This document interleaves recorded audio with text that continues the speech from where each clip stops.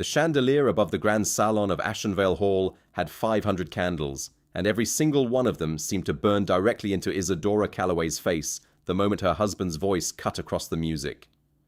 She was standing near the tall, arched windows, a glass of untouched champagne growing warm in her gloved hand, watching the first waltz swirl below her like a river of silken pride when Duke Renwick Calloway materialized at her side. He did not look at her. He never truly looked at her. He looked across the room, at the men, at the alliances, at the invisible threads of power he was always spinning, and he spoke to her the way a man speaks to furniture that has inconveniently shifted from where he placed it last. His voice was low, smooth as riverstone, and absolutely certain of being obeyed. "You will dance with Lord Aldwyn Forsyth this evening," he said. "Third set. Do not refuse him. He controls the eastern grain routes, and I need his goodwill."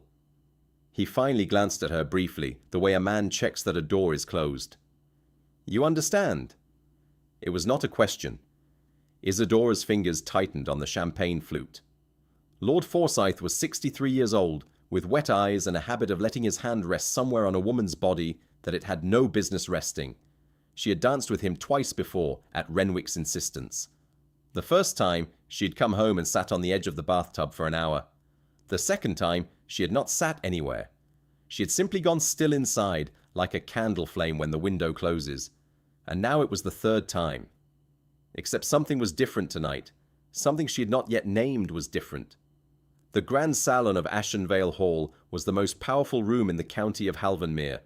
Its floors were pale marble threaded with gold, its ceilings painted with scenes of Roman gods who looked perpetually bored by human folly. Portraits of Calloway ancestors lined the walls, all of them wearing the same expression Renwick wore now, that particular mix of entitlement and patience that came from never once, in 8 generations, being told no. Isadora had lived inside this house for 4 years. She had walked these marble floors 1,000 times. She had arranged flowers in these rooms, overseen dinners in these rooms, smiled at people she despised in these rooms. She had done all of this quietly, competently, invisibly, the way Renwick expected her to. And in all 4 years, no one, not one person in this gilded salon, had ever asked her what she thought about anything at all. Across the room, at the precise moment Renwick finished speaking, Isadora's eyes found another face in the crowd. It was not a face she was supposed to see. It was not a face anyone connected to the Calloway name was supposed to acknowledge in polite company. Lord Caspian Vial, Earl of Dunmore, stood at the far edge of the salon near the servants' corridor, wearing black when everyone else wore cream and silver. He was not supposed to be here. Renwick had made that clear to every host in Halvanmere for 3 years, that Dunmore was unwelcome at any gathering where Renwick Calloway's name appeared on the invitation. And yet here he stood, tall and still as a winter tree, with dark eyes that did not scan the room the way everyone else's did. His eyes found hers immediately, as if he had been looking for her before he even walked in. Isadora looked away fast. Her pulse was strange. Renwick was still speaking, something about timing, about the 4th set, about not lingering too long with the Forsyth daughters, but his words came through water. She was thinking about a night 3 years ago, before the silence had fully settled over her, when she'd said something sharp and true at a dinner table, and Renwick had smiled at her with his teeth and said, very quietly, "You are a Calloway now. Calloways do not speak like that." She had been 22 then. She had not known yet what it meant to have a voice taken so gently that you almost believed you had given it up yourself. She set her champagne glass on the tray of a passing footman, straightened her spine inside her pale blue gown, and made the first real decision she had made in 4 years. She turned and walked directly toward Lord Caspian Vial. She did not run. She did not hurry. She walked the way she had learned to walk across marble floors, with composure, with grace, with the exact posture Renwick had told her a duchess should. Maintain. But inside her chest, something was happening that had no name yet. It was not anger. Anger was something she had buried so deep she sometimes forgot she was capable of it. It was something older than anger, quieter and more certain. It was the thing that wakes up in a person at the very last moment, before the last possible choice disappears. The music swelled, violins climbing into something aching and triumphant, and Isadora crossed the grand salon of Ashenvale Hall and stopped in front of the one man in all of Halvanmere her husband feared most. "Lord Dunmore," she said, and her voice, she was surprised to find, did not shake at all. "I wonder if you might honor me with the third dance." The silence that followed was small and huge at once. Caspian Vial looked at her with those still, dark eyes, and whatever he was thinking, he kept it from his face with the same practiced ease she kept everything from hers. Around them, heads were turning. Someone at the edge of the room whispered something. Isadora did not look away from him. She could feel Renwick's stare from across the room like a hand at the back of her neck. Cold, pressing, certain she would break. She did not break. Caspian's gaze traveled over her face slowly, reading something there that she had not known she was showing. Then the corner of his mouth moved. Almost nothing, barely a fraction, and he offered his hand. "The honor," he said, his voice low and unhurried, "would be entirely mine." And just like that, without a single word of explanation or permission, Isadora Calloway, Duchess of Halvanmere, chose.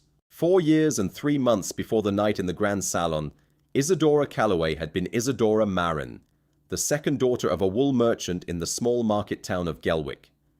Gelwick was not famous for anything except fog and the smell of lanolin that clung to every cobblestone from October to March, and Isadora had grown up in a tall, narrow house above the warehouse where her father kept his accounts. She had been, by every measure that mattered in Gelwick, a happy girl. She was not the prettiest sister. That was Petra, 4 years older with golden hair and a laugh that made men look twice. But Isadora was the one who kept the household books when their father's eyesight began to fail. The one who argued with the wool buyers from the south and won. The one who stayed up late in the kitchen with their mother, Nuala, learning to make the cardamom bread that filled the whole house with sweetness every Sunday morning. Her mother was a small, fierce woman from the coast who had married a merchant and never once regretted it. Nuala Marin had opinions about everything and shared them freely. She taught Isadora that the strongest thread in any bolt of cloth was the one you could not easily see. It ran through the middle, holding everything else together. She meant it about wool, but Isadora had grown up understanding it about people too, about herself. She was the thread in the middle. She held things together. She did it quietly, without fuss, and she took an honest satisfaction in it that she never felt the need to perform for anyone. She was 21 when the Duke of Halvanmere came to Gelwick on a tour of the county estates. She was standing in the market square, arguing cheerfully with a cheese merchant about the price of a round of aged Gouda, when Renwick Calloway's carriage passed and he looked out the window at her voice before he saw her face. She had told her mother about that first meeting with the ease of a woman who does not yet understand what she is describing. "He stopped the carriage," she'd said, sitting at the kitchen table while Nuala kneaded dough. "He got out himself, which they say he never does. He talked to me for 20 minutes about the price of cheese." Nuala had looked at her with the measuring gaze she usually reserved for bolts of fabric. "And what did you think of him?" Isadora had considered. "He's very certain of himself." Her mother had kept kneading. "That is not the same thing as being right." But Isadora had been 21, and certainty in a man had looked like strength from the angle she was standing at.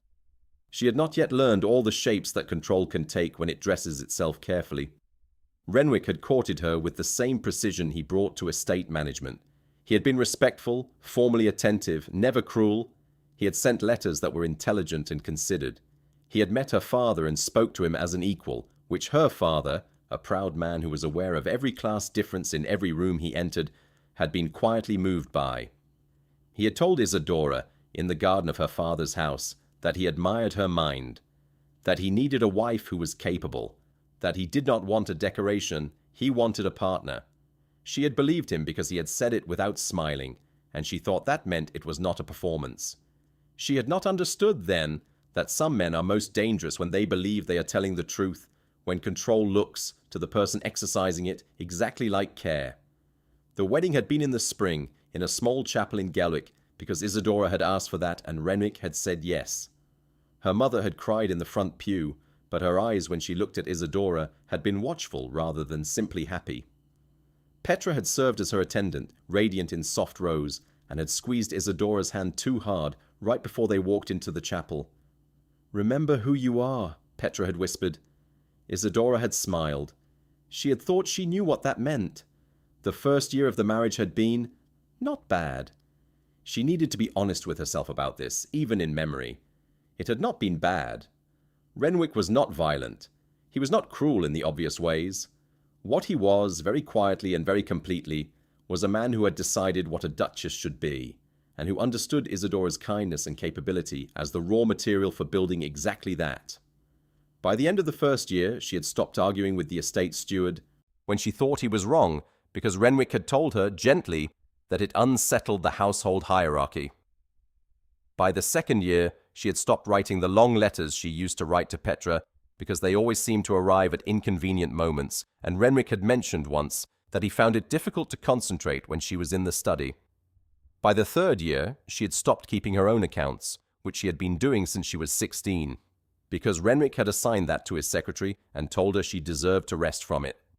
Each loss had been gentle. Each loss had been explained as a gift. And by the time she understood what had happened, she was standing in marble rooms full of people who did not see her, wearing a title that had become the only name she had left. The night before the grand salon, the night before everything changed, Isadora had sat in her dressing room after supper and looked at her own face in the mirror for a long time. She was 26. She had grey eyes that people had always said were unusual, and dark hair that she wore simply because Renwick preferred it that way, and a face that had learned, over 4 years, to arrange itself into an expression of calm competence regardless of what was happening underneath. She had looked at herself and tried to find, somewhere in the woman looking back, the girl who had argued about cheese prices in a market square without a single moment of doubt. She thought she could still see her, just barely. She thought perhaps the thread in the middle had not broken. Only frayed. She had gone to bed with that thought. She had woken up in the morning knowing that something was going to have to give. Lord Caspian Vial had not been invited to the grand salon of Ashenvale Hall because no host in Halvanmere would risk inviting him. This was a fact of social life in the county so well established that it had stopped being a scandal and become a kind of weather, something you accounted for in your plans without spending much time wondering why. But Halvanmere had a long memory, and those who had been paying attention for long enough knew that the enmity between Renwick Calloway and Caspian Vale had not always existed. There had been a time, 12 years ago, when they had been, if not friends, something adjacent to it. Young men in the same circles, attending the same events, with the easy camaraderie of privilege and shared spaces. That time had ended on a specific night, with specific words, and what had grown in its place was the kind of hatred that is made of buried truth. Caspian Vial had inherited his earldom at 19 when his father died of a fever that moved through their estate in 3 terrible days. He had been at university, and he had come home to find the estate in the particular kind of chaos that grief and debt create together. He had spent his early 20s rebuilding, paying off his father's accumulated obligations, negotiating with creditors who had expected the Vial lands to dissolve at auction, and doing all of it with a methodical ferocity that the county had watched and discussed at length. By 25, Dunmore Estate was not just solvent, but profitable, and Caspian Vial had a reputation as a man who paid his debts, kept his word, and had no patience for waste of any kind, time, money, or honesty. The trouble with Renwick Calloway had begun over exactly that last quality. 12 years ago, Renwick had been pursuing a consolidation of the northern mill interests that would have made him the most powerful landowner in Halvanmere at 30. It had been an elegant plan, built on a series of agreements with smaller estate holders who trusted the Calloway name. Caspian, newly established and with no reason yet to be anything but a neutral party, had attended a meeting between Renwick and 3 of those smaller holders, and had understood, within 20 minutes, that the terms Renwick was proposing would benefit Calloway substantially at the eventual expense of the men signing. He had said so, in the meeting, calmly and specifically with numbers. Renwick had looked at him across the table with an expression that was perfectly pleasant and absolutely murderous, and the meeting had ended early. The smaller holders had reconsidered their agreements. Renwick's consolidation had not happened in the form he planned, though he had eventually achieved a version of it through other means. What he had not achieved, and what had occupied some quiet portion of his mind ever since, was the ability to ruin Caspian Vial. He had tried. This was known, though not spoken of openly. Several business ventures Caspian had pursued had faced unexplained obstacles. 2 potential alliances had dissolved after private conversations with Renwick. A woman Caspian had once been close to had broken things off abruptly and married someone else within 3 months. Caspian had absorbed all of it with the same stillness he brought to everything and continued building Dunmore into one of the most productive estates in the north, and had never, in 12 years, said a public word against the Duke of Halvanmere. This was what made Renwick most afraid of him. Not what Caspian had done, what he hadn't. A man who responds to an attack with public fury is a man you can manage. You control the terms of the fight. A man who responds with silence and keeps building is a man whose next move you cannot see. Isadora did not know all of this on the night she crossed the salon. She knew the outline. Renwick had told her early in their marriage that Vielle was a troublemaker, a social agitator, a man with no respect for the proper order of things, and she had accepted this framing because she had still been, in that first year, accepting his framings of most things. But she had her own eyes, and in the 4 years she had spent watching Renwick from close range, she had learned to read the specific quality of his contempt for different people. What he felt for Caspian Vielle was not the contempt of a man looking down. It was the contempt of a man looking sideways at something he could not diminish. The night of the salon was not, it turned out, the first time Caspian Vielle had noticed Isadora. He had seen her 3 times before. Once at a county exhibition where she had examined an agricultural display with serious, informed attention while the other spouses made conversation nearby. Once at a public market where she had handled a negotiation between a stallholder and an unhappy customer with such deft, quiet competence that the crowd around her had dissolved back to their business without anyone having raised a voice. And once, the time that had stayed with him, at a road junction outside Halvanmere on a cold November afternoon, when her carriage had stopped to assist a family whose cart had broken a wheel. He had been passing on horseback in the opposite direction.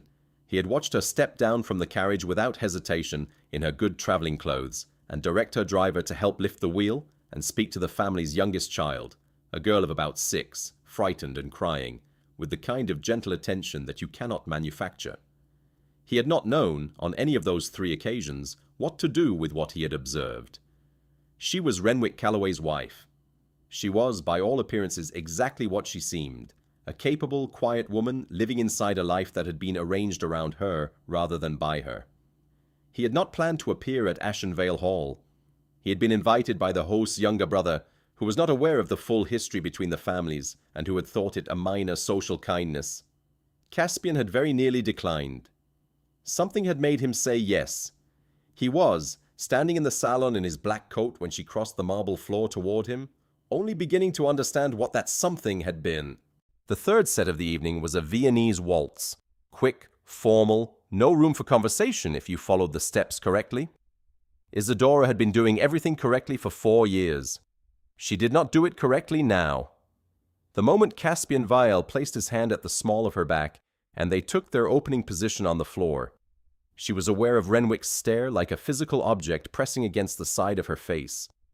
The room had arranged itself in the way rooms always arrange themselves around a scandal. People pretending not to watch while watching with complete attention. She could feel the calculations being made. She knew what they were calculating. She did not care. This was new. She had spent 4 years caring, in that exhausted, hollow way, about what calculations people were making in rooms she was standing in. She had simply run out of that particular currency. "You know what you've done?" Caspian said quietly. He was speaking into the space between their faces, not loud enough to carry to the nearest couples. His voice was the same as it had been across the salon, unhurried, without performance. "I expect so," she answered. The music moved them through the first turn. She was a good dancer. She had always been. Even Renwick had acknowledged this, in the careful way he acknowledged her competencies, briefly as observations, not quite compliments. "He will be furious," Caspian said. Not a warning, just a statement of fact, the way you observe a coming storm without suggesting you shelter from it. "Yes," Isadora agreed. Another turn. The candlelight swam around them. "May I ask you something?" he said. "You may ask," she replied, which was not the same thing as yes, and he seemed to understand the distinction. "Why tonight? The question was gentle and serious at once, the way questions are when the person asking them genuinely wants to know. Isadora thought about it while the waltz carried them through the next figure. She thought about the champagne glass warming in her hand. She thought about Lord Forsyth's wet eyes. She thought about her mother's kitchen and the smell of cardamom bread and the girl who had haggled cheerfully over cheese in a public square without once thinking she needed anyone's permission to speak. "Because," she said finally, "I realized tonight that 4 years is long enough to understand something clearly. And what I understand clearly is that this is not going to become something I can bear indefinitely." She paused. "And because Lord Forsyth's hands are not going to touch me again." Something moved through Caspian's expression. It was brief, it was controlled, but she saw it. Anger, old and specific. "Forsyth," he said, and his voice had changed slightly, the unhurried quality still there, but with something underneath it like water running fast beneath ice. "He has been given a great deal of latitude in this county for a great many years." "Because of Renwick," Isadora said. It was the first time she had said her husband's name in a conversation that was not about his preferences or requirements. It felt strange, like a door opening onto a room you had forgotten. "Yes," Caspian said, "because of Renwick."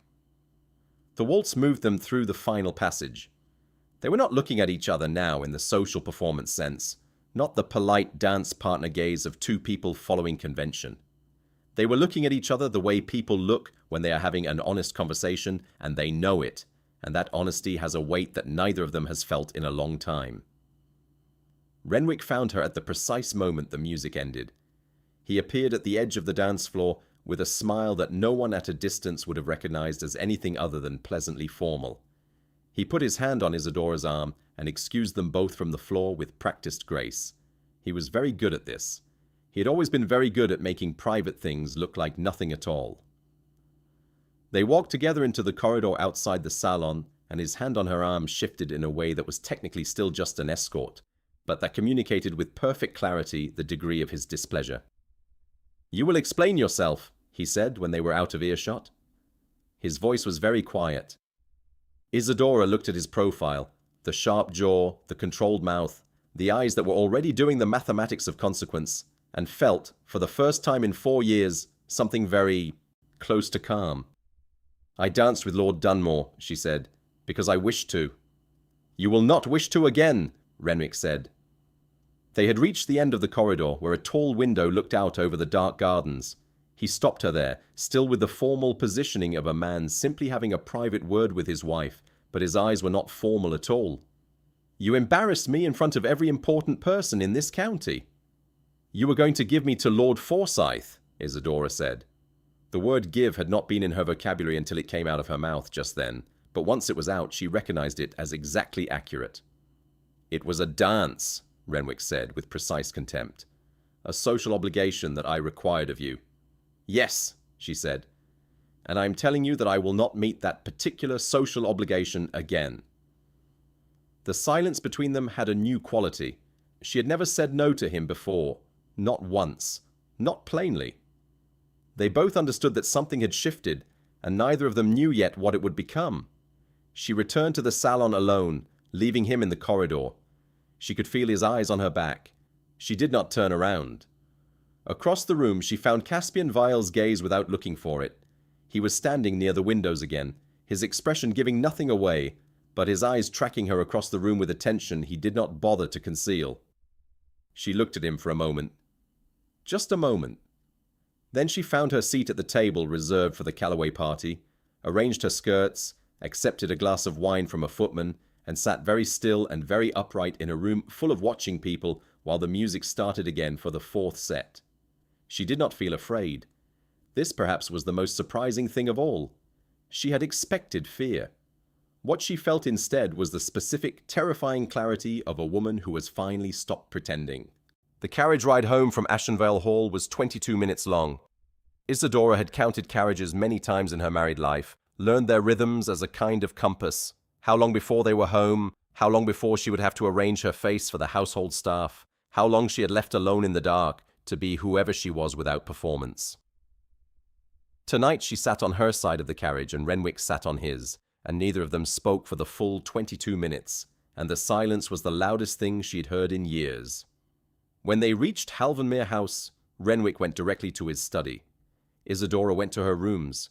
Her maid, Dorrie, a small, observant woman who had been with the household since before Isadora arrived, looked at her face once and did not ask any questions. She simply helped her out of the pale blue gown and braided her hair and left a glass of warm milk on the table, and Isadora sat in the chair by the window in her nightgown and looked out at the dark estate and thought. She thought about her mother. This was the thought that came first and stayed longest. The image of Nuala Maren in her kitchen, small and fierce, flowery to the elbows, saying things with the authority of a woman who had decided long ago that her opinions were not a privilege, but a right. Isadora had not seen her mother in 7 months. Letters were not the same. She had grown, in the first year of marriage, to rely on those letters more than she had understood at the time, and then, without any single dramatic moment, just a series of small adjustments. The letters had become shorter, less frequent, and something in her mother's replies had changed. A careful quality, a reading between lines. Nuala Maren was not a subtle woman by nature. The fact that she had learned subtlety in her letters to her daughter meant that she had been reading those letters and understanding something that her daughter had not yet said plainly. Isadora thought about Petra. Petra had visited once, in the 2nd year, and had spent a week at Halvanmere House, and had been unfailingly charming to Renwick, and had said nothing at all to Isadora about any of it until the last morning, when they were standing in the entrance hall waiting for Petra's carriage, and Renwick had been called away by his secretary for 10 minutes. In those 10 minutes, Petra had taken Isadora's hands in both of hers and looked at her with Petra's particular golden-haired, bright-eyed directness, and said, "You are thinner than last year, and you apologize for things that aren't your fault, and your laugh is different." Isadora had said, "I am perfectly well." Petra had said, "Of course."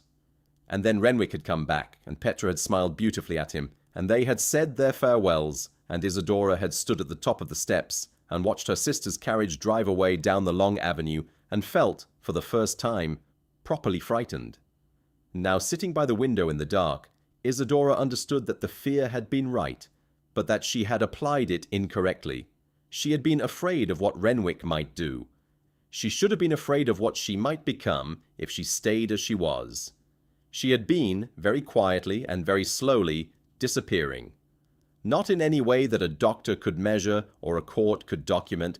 She had been disappearing in the way that a person disappears when they spend years rearranging themselves around someone else's certainty until the space they occupy is exactly the shape of someone else's expectation and nothing else at all. The woman who had crossed the floor of the Grand Salon tonight had surprised even herself. She had not known that woman was still there until the moment she stood up. She was sitting at the window now, and she could feel her, still, just barely, like a pulse when you press your fingers to your wrist and wait. In the morning, there would be consequences. Renwick would have spent the night in his study calculating them, the way he calculated everything, methodically, with an accountant's precision, assigning cost to her action and deciding what reduction in her circumstances would return the balance. She knew his tools: reduced staff access, restricted correspondence, the withdrawal of social invitations, the slow tightening of the circle until compliance became the path of least resistance. She had watched him use these tools on others. She had told herself in her early years that she would never become the kind of person they were used on. She had been wrong about many things. In the morning, she would have to be ready. She was not ready tonight. She was too new to whatever she was becoming. But she had something she had not had yesterday, which was the certain knowledge that there was a line she would not cross again, and that the line existed, which meant she could build from it. She thought only briefly about Caspian Vial. She set the thought down quickly, like a cup that was too hot. He was not an answer. He was something else, something she could not afford to calculate yet. What she could afford, sitting in the cold chair by the window, while the dark estate breathed around her, was a different kind of calculation. She had a title. She had household authority, technically, over a vast estate. She had 4 years of intimate knowledge of how Halvanmere was run, because she had been doing the parts of running it that nobody had officially given her and nobody had officially acknowledged. She had her mother's intelligence and her father's stubbornness, and 26 years of being the thread in the middle of things that held together without being seen. These were things. These were real things. She pressed her fingers to her wrist and found her pulse, steady and present in the dark. There was a letter on her writing desk, unopened. It had arrived that afternoon while she was dressing for the evening, from Petra, the handwriting instantly recognizable. Isadora crossed the room and opened it. It was short.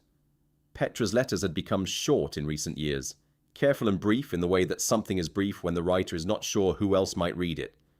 But tonight, this one was different. It said, "I'm coming to Halvanmere next week, not for a visit, for you. Tell me what you need. I am your sister, not his." Isadora read it twice. Then she folded it carefully, pressed it between her palms for a moment, the way her mother had taught her to press cardamom seeds to release their scent before adding them to the bread, and set it in the drawer closest to her heart. She did not sleep that night, but she was not afraid. Petra Maren, she had never taken her married name, having declined to marry any of the several men who had asked, on the grounds that she intended to keep her own name and her own hours and her own opinions, thank you, arrived at Halvanmere House 6 days later in a hired carriage with 2 trunks and the expression of a woman who had made up her mind about something and is not open to counter-offers. She was 30 years old and had grown into the kind of beauty that does not depend on youth. She was warm and solid and entirely herself, and she had grown more so over the years, not less, which was precisely the opposite of what had happened to her sister. When Renwick appeared in the entrance hall to greet her with his perfectly calibrated social welcome, Petra smiled at him with the full radiance of a woman who considers charm a tool rather than a quality, and said, "How wonderful to see you, Renwick. Now, I should like to speak with my sister." She found Isadora in the garden, the long walled garden on the east side of the house, where Isadora had spent 4 years planting things that Renwick would never have noticed disappearing. It was her one uncontested space. She had never understood exactly why he had left her this one corner without managing it. She suspected it simply wasn't visible enough from any room he regularly occupied to have registered as significant. The garden was in its late summer state, roses past their full peak but still breathing color into the air, sweet peas climbing the south wall, the lavender beds Isadora had planted in her second year, now enormous and silver grey in the morning light. Petra walked through the gate and stopped and looked at it all for a moment. Then she looked at Isadora. "You made something beautiful," she said. "Yes," Isadora agreed, "in here." They stood together in the garden for a moment without speaking, and the silence between them was nothing like the silence in the carriage with Renwick. This silence was alive with understanding. "Tell me everything," Petra said. They sat on the stone bench in the center of the garden, and Isadora told her. She had not planned to tell her all of it. She had planned, still operating on the old habit of compression and careful editing, to give the version that was manageable. But Petra listened the way Nuala had always listened, with her whole body, without interrupting, with her hands very still in her lap, and Isadora found that the manageable version kept unraveling into the true one. She told her about the first year and the way the adjustments had felt like gifts. She told her about the letters getting shorter. She told her about the 3rd time Renwick had sent her to dance with Forsyth and what that had been like. Her voice was level throughout. She had been holding herself level for so long that it had become structural. She told her about the night in the Grand Salon. She told her about Caspian Vial. Petra's face was very still when she described Caspian, stiller than it had been for the rest. "Dunmore," she said, not a question. "Yes."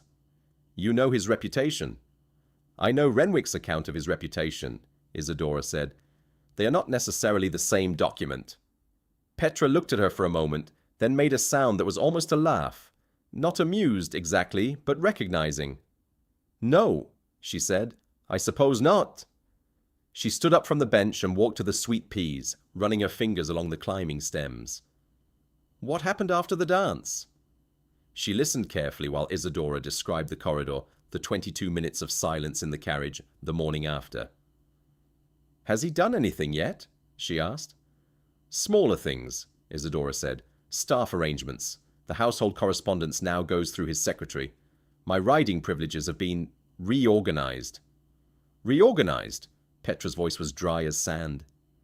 He's making the circle smaller, Petra said, still touching the sweet peas. He's done it before when he's felt uncertain about something. The circle gets smaller until you're standing still in the center of it, and there's nowhere to go. She turned around. He did it from the beginning. You just didn't have enough distance then to see the pattern. Isadora had understood this already, sitting by the window the night of the salon. Hearing it said aloud by her sister made it something different, made it real in a way that internal knowledge cannot quite be. There is something about being witness that transforms understanding into certainty. She felt it settle in her chest, clear, cold, and useful, like spring water. I need to understand what I have, Isadora said. What is actually mine? What power I actually hold in this house and in this estate? She paused. And I need someone who can help me find out what Renwick is afraid of losing. Petra turned to look at her with an expression Isadora had last seen on their mother's face. That particular calibration of love and assessment. I have a lawyer, Petra said. He's in Gelwick, but he's very good and very discreet. He's helped me with my own affairs for years. He knows about marriage settlements, about what a duchess is legally entitled to, about how estates are structured. She paused. And I have something else. She reached into the small bag she carried and withdrew a folded paper and held it out to Isadora. Isadora took it. It was a letter, addressed to Petra, dated 3 weeks ago, from a woman named Aldra Forsyth. The name registered. She opened the letter and read. By the third line, her breath had changed. By the last line, her hands were steady in the way hands are when the person holding them has made a decision so complete that even the body knows it is not going back. She looked up. Lord Forsyth's wife, she said. Writing to you. Writing to me, Petra agreed, because she needs exactly what I think you need. A pause. Someone to say it out loud. The sun had moved across the walled garden while they sat there, warming the stone bench and the old roses and the silver lavender. Isadora looked at the space she had built, 4 years of growing things in the one corner that had been left to her, and thought about the thread in the middle. She thought about what her mother had taught her.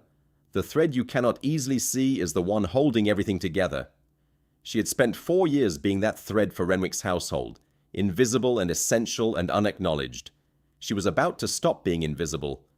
The lavender moved in a small wind that came over the wall, and its scent was clean and sharp and persistent, and Isadora breathed it in and felt, somewhere deep in the body's memory, the kitchen in Gelwick and cardamom bread, and the woman who had taught her that her voice was not a courtesy but a right. She wrote the letter 3 times before she was satisfied with it.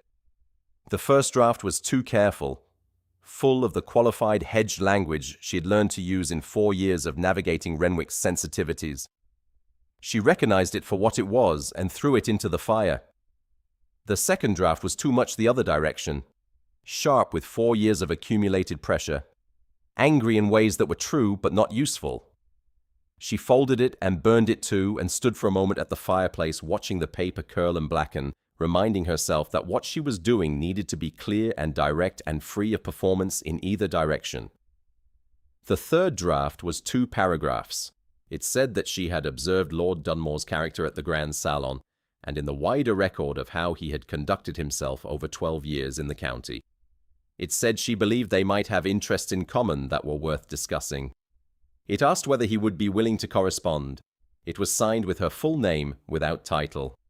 She gave it to Petra to carry out of the house because Renwick's secretary now passed through all correspondence addressed from Halvanmere. Petra received the letter with the matter-of-fact competence of a woman who has spent 30 years navigating the world independently and knows exactly how to carry a note past a man who believes himself to be in charge of everything. She was spending her days at Halvanmere House under the guise of a sisterly visit extended by shared needlework and shopping excursions, and she was spending those days in a rather different way, meeting quietly with Isadora's lawyer, brought down from Gelwick under the explanation of a household financial review, and building a clear picture of what the Duchess of Halvanmere was legally and materially entitled to and had never been told. Caspian Vial's response arrived 4 days later, brought to Petra at the milliner's shop in the town of Halvanmere, where she had arranged to collect it. She read it first. She had asked for this permission, and Isadora had given it. understanding that Petra's judgment was a layer of protection against her own longing to simply trust what she wanted to trust. Petra brought it to the garden that evening and gave it to Isadora with an expression that was not quite neutral, but was trying to be. It was one page. It was direct. It said that Lord Dunmore had observed the Duchess of Halvanmere on several occasions over the course of several years and had formed his own assessment of her character and intelligence. It said that he would be honored to correspond. It said that if she was interested in understanding the specific terms of the consolidation agreement Renwick had proposed 12 years ago, the one he had objected to, the one that had made him an enemy, the documentation was still in his possession. He had kept it for reasons he had told himself were about principle. He understood now that they might have been about something else. Isadora read that last sentence twice. She set the letter in her lap for a moment and looked at the evening sky above the garden wall, which was doing something complicated with clouds and late light, turning copper at the edges, deep blue at the center, the kind of sky that looks painted and is better than any painting. She thought about what it meant that he had kept the documentation for 12 years. She thought about the 3 times he had seen her before the salon, which he had mentioned briefly in the letter, the agricultural exhibition, the market square, the road junction in November. She had not known she had been seen. She had simply been herself those times. She had been doing things that needed doing without thinking about whether anyone was watching. The idea that a man had watched her and seen not a duchess, but a woman, capable, direct, present, was extraordinary to her in a way that she did not entirely know what to do with yet.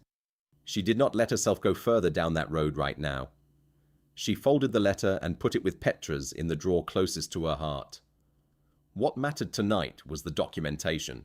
What mattered was that she was beginning to understand the shape of what Renwick most feared losing. Not her, not exactly, but the version of her that existed only in relation to his requirements. The version that arranged flowers and smiled at the right people and danced with Lord Forsyth and produced nothing inconvenient.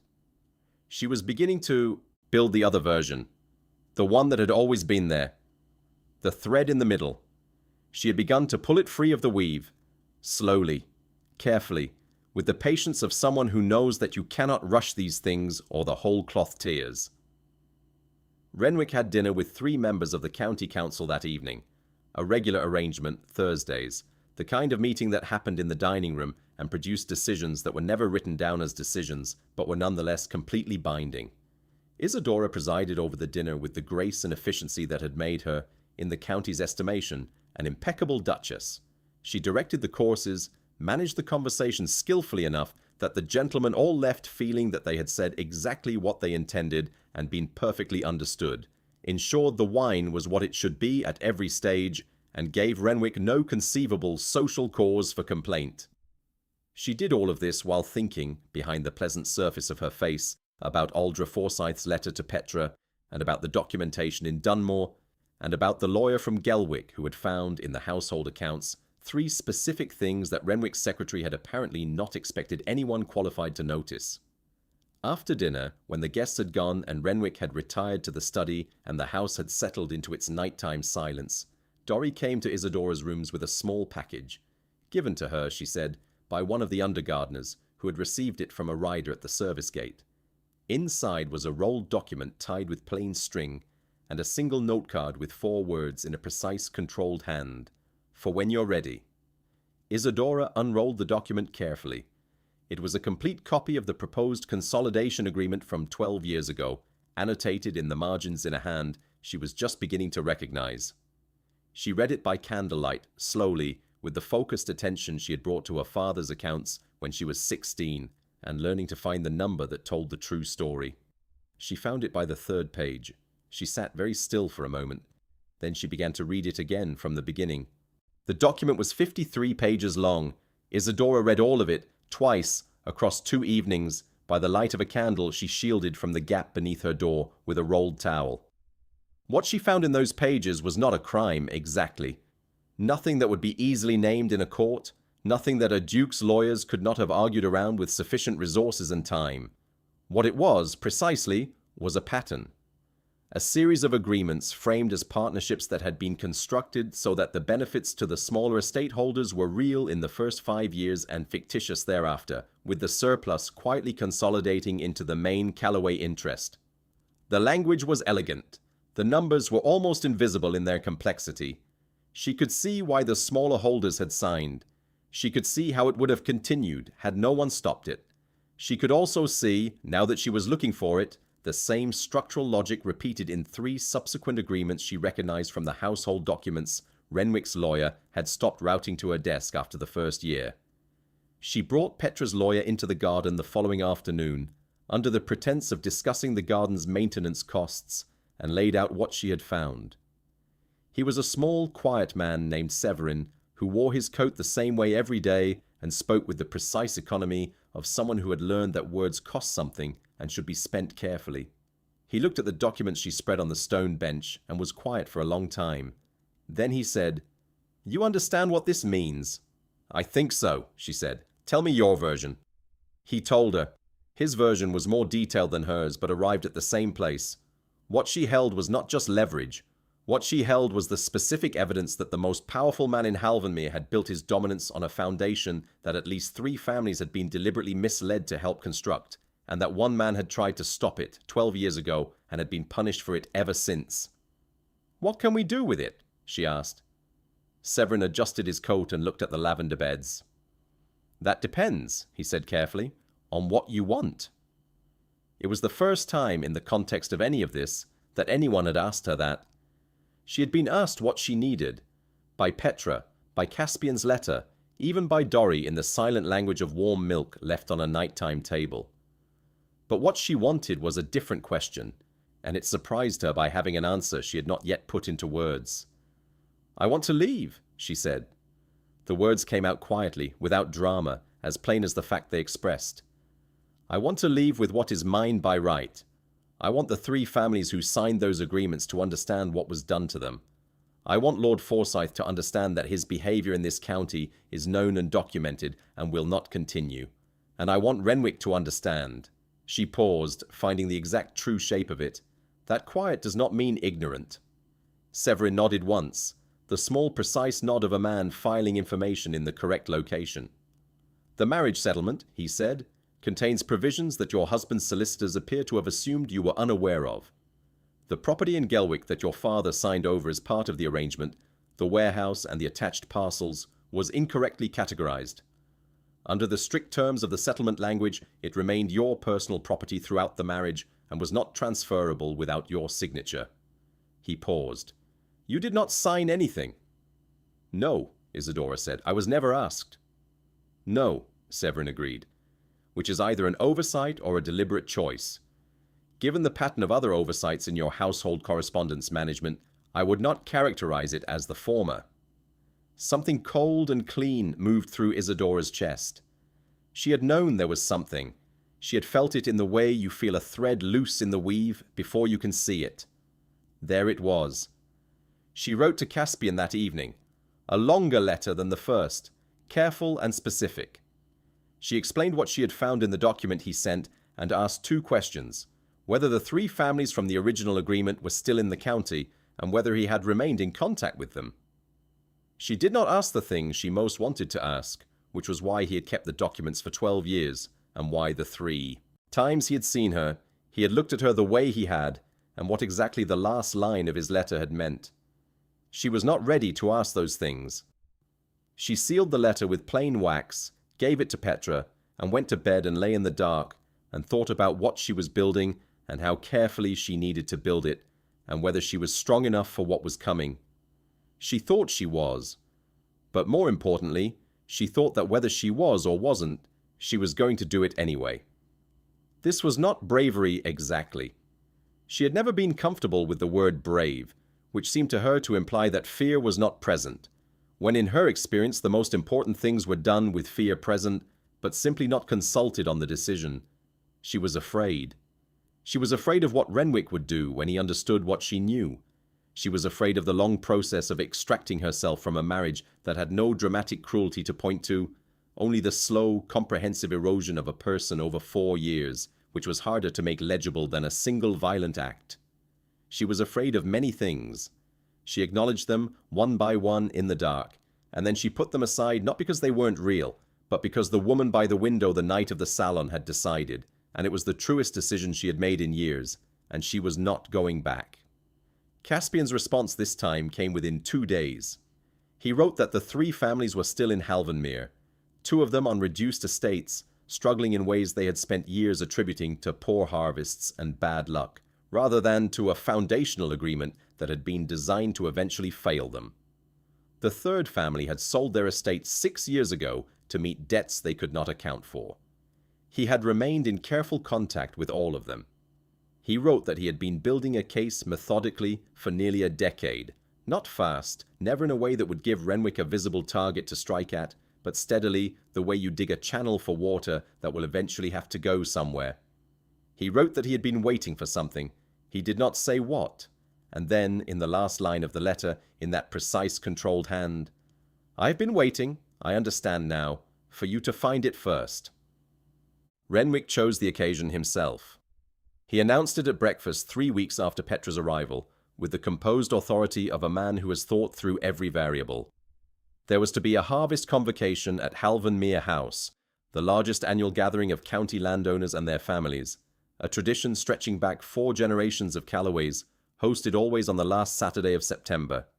This year it would be particularly significant, as several land agreements were due for public ratification, and Renwick intended to announce the expansion of the Callaway Agricultural Cooperative into the northern districts, the very districts where Caspian Vile's Dunmore estate sat as the largest independent holding. The announcement would formalize at last what the consolidation of 12 years ago had tried and failed to achieve.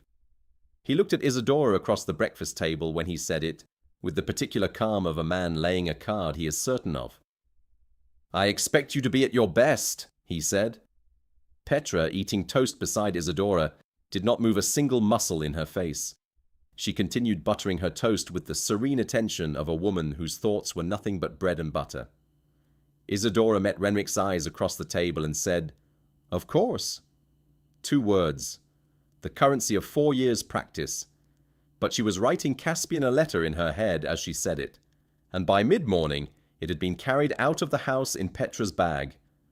By evening, Caspian had written back with 3 words, "I will attend." Renwick would not be able to refuse him publicly at an event of this size without revealing the enmity which he had spent 12 years keeping invisible. He could not keep it invisible if Isadora was on the guest list as the attending Duchess and specifically arranged for the invitation.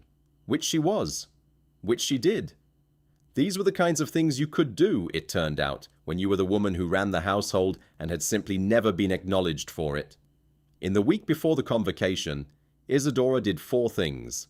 The first, she met with Severin and signed the documentation that formalized her claim to the Gelwick property, witnessed and dated, to be filed with the county clerk in Petra's name on the morning of the convocation.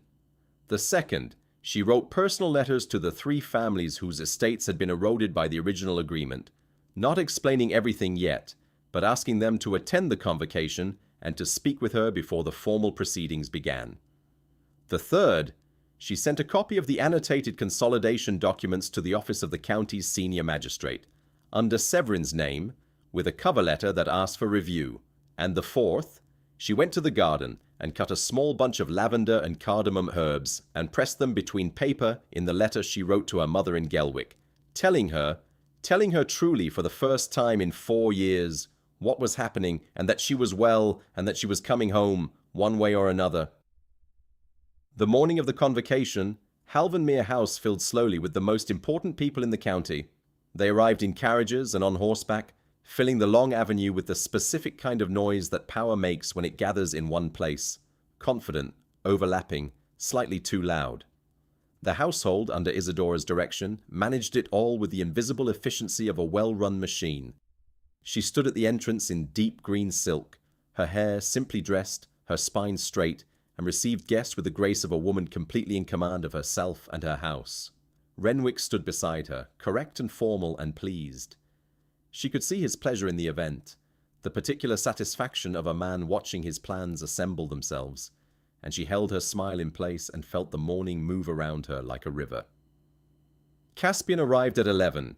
He came through the main entrance with two of his estate managers, announced correctly by Renwick's head footman, and made his way through the gathering crowd with the unhurried steadiness that was simply his way of moving through the world. Renwick went rigid, very briefly, very completely. She felt it beside her rather than saw it, like a temperature change. He recovered in a second and a half. He nodded to Caspian across the room with the thin courtesy of a man who has no choice and is doing the necessary calculation in real time.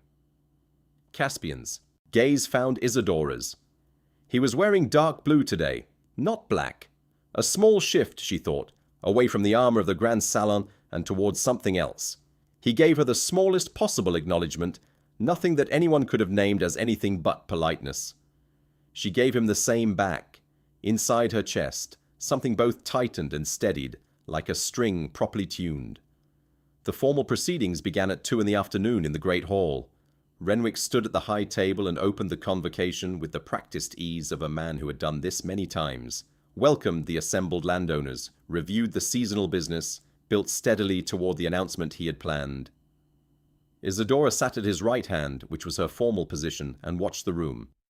She saw the 3 families she had written to. She had placed them quietly near the front, close enough to be visible when the moment came.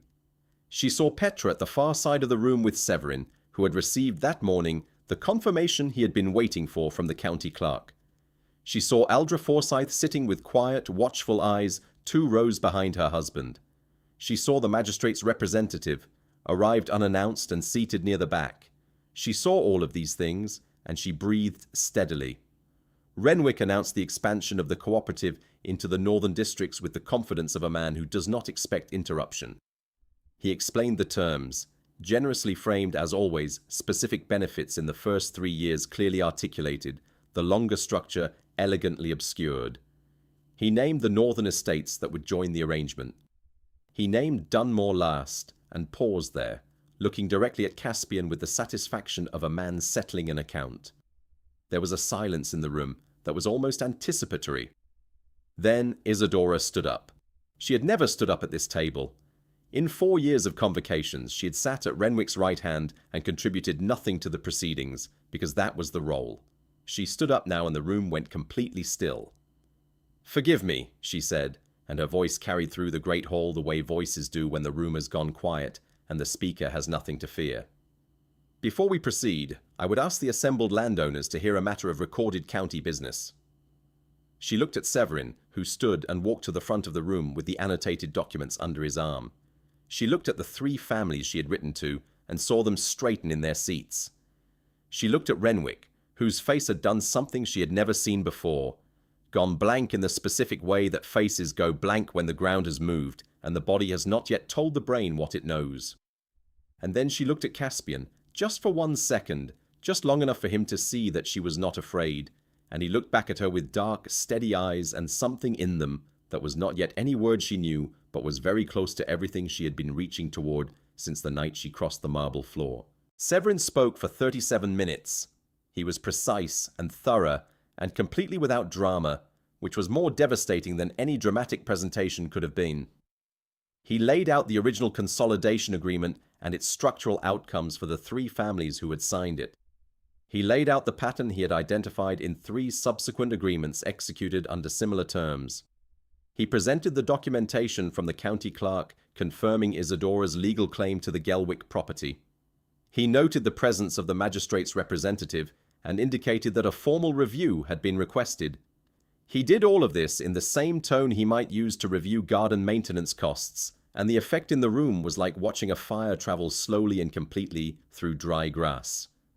When he stopped speaking, the great hall of Halvermere House was as quiet as the inside of a stone. Renwick did not speak immediately.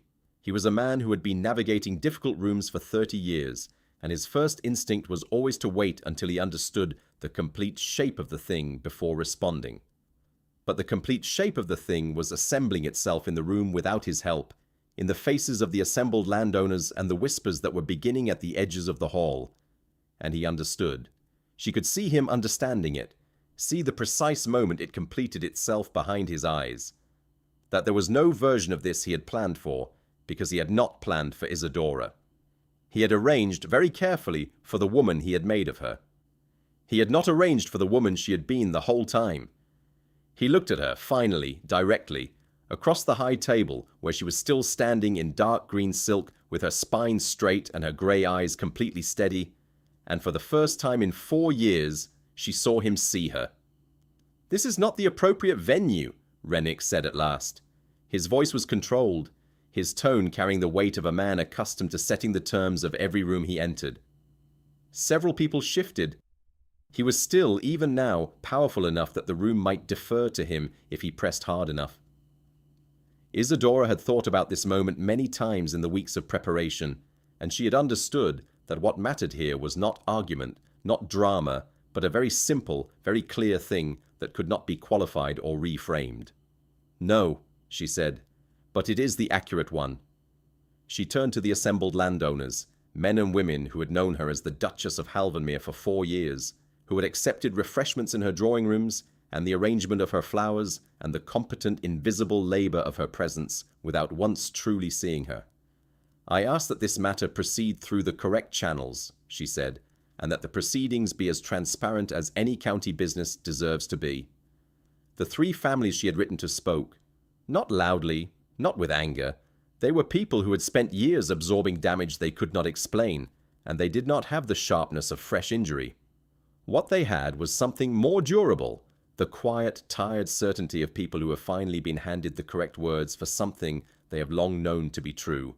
The eldest son of the Grenham family, whose estate was now half its original size, stood and said only, "We signed because we trusted the Calloway name." He sat down. It was enough. Lord Forsyth, in the 4th row, had gone a colour that was not quite any natural colour, watching his wife's quiet hands in her lap and not looking at anyone. Aldra Forsyth did not look back at him. She looked at Isadora. She nodded once. Small, private, a signal between 2 women who had held things in silence for a long time and were done with it. The formal proceedings dissolved into smaller conversations and then into the kind of structured disorder that requires everyone to be somewhere else. The magistrate's representative departed with Severin, carrying the documentation. The northern estate holders gathered in a group near the windows, talking in low, serious voices that had an entirely different quality from the conversations Renwick had planned for them. Renwick himself had been surrounded by his 2 solicitors, who had arrived from some corner of the house the moment trouble became legible, and who were now with him in a private conference near the high table, speaking quickly and quietly. He had not looked at Isadora again. She understood that this was its own kind of communication. He was already calculating the next move, and what it told her was that the next move would not involve anything as unguarded as eye contact. She found Petra at the edge of the room, and Petra looked at her with their mother's eyes, the measuring, loving, entirely clear-eyed look of a woman who sees what is real and is not afraid of it.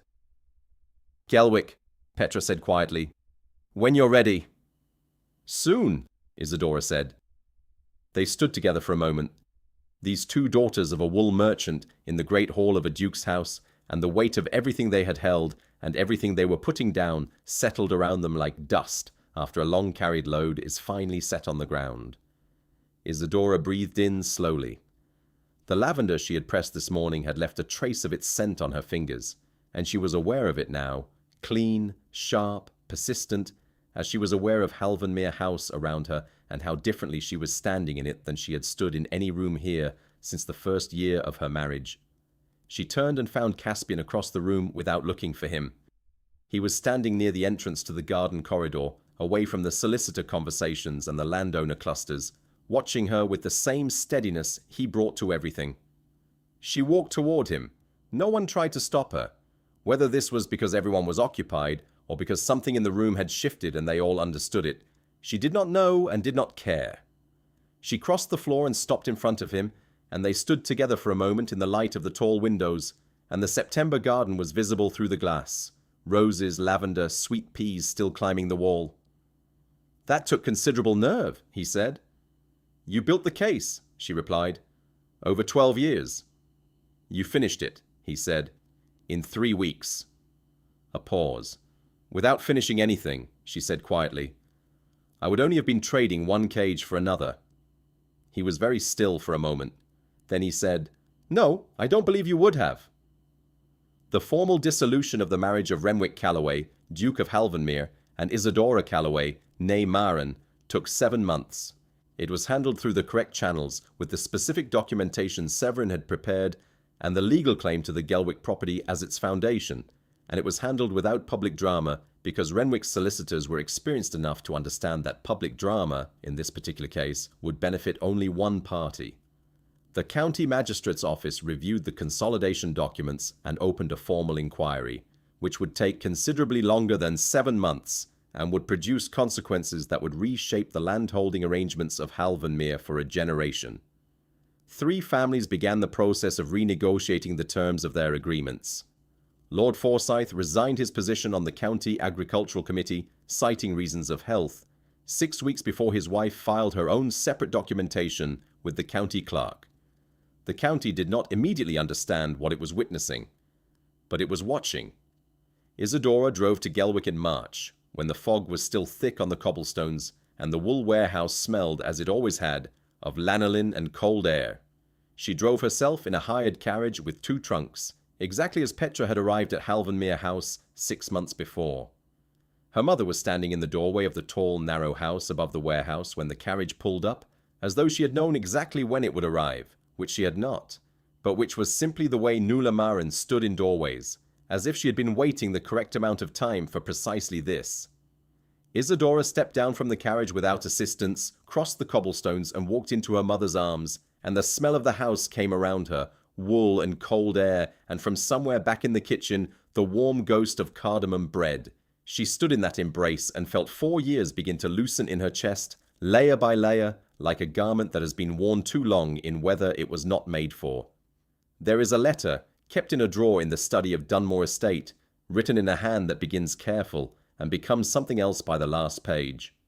It is dated the autumn after everything, when the inquiry was underway and the winter was coming, and Halvanmere seemed like a room in a story rather than a place she had lived in.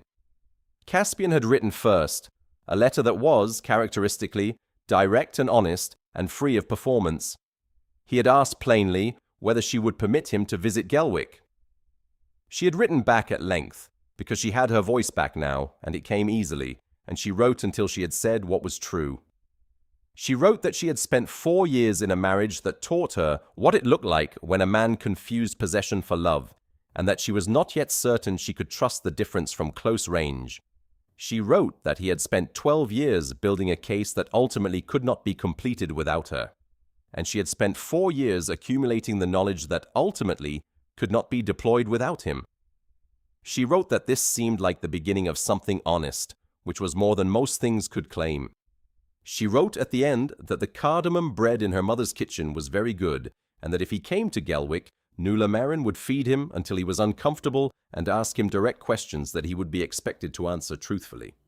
She wrote that she thought he could manage that. She was right. He came in April when the fog had lifted and Gelwick was doing its brief, determined best with spring. He sat at the kitchen table with Nuala Maren and answered her direct questions truthfully, which Nuala evaluated with the measuring gaze she had always brought to bolts of fabric, and which Caspian received with the patience of a man who understood, correctly, that this was the most important assessment of his life.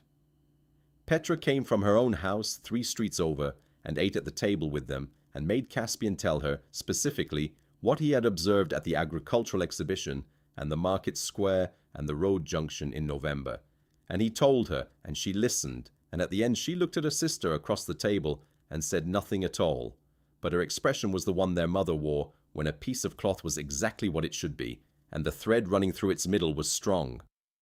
What Isadora understood, in the end, was that the woman she had been looking for on the night before the grand salon, the one she had tried to find in the mirror with her 26-year-old face, had never gone anywhere.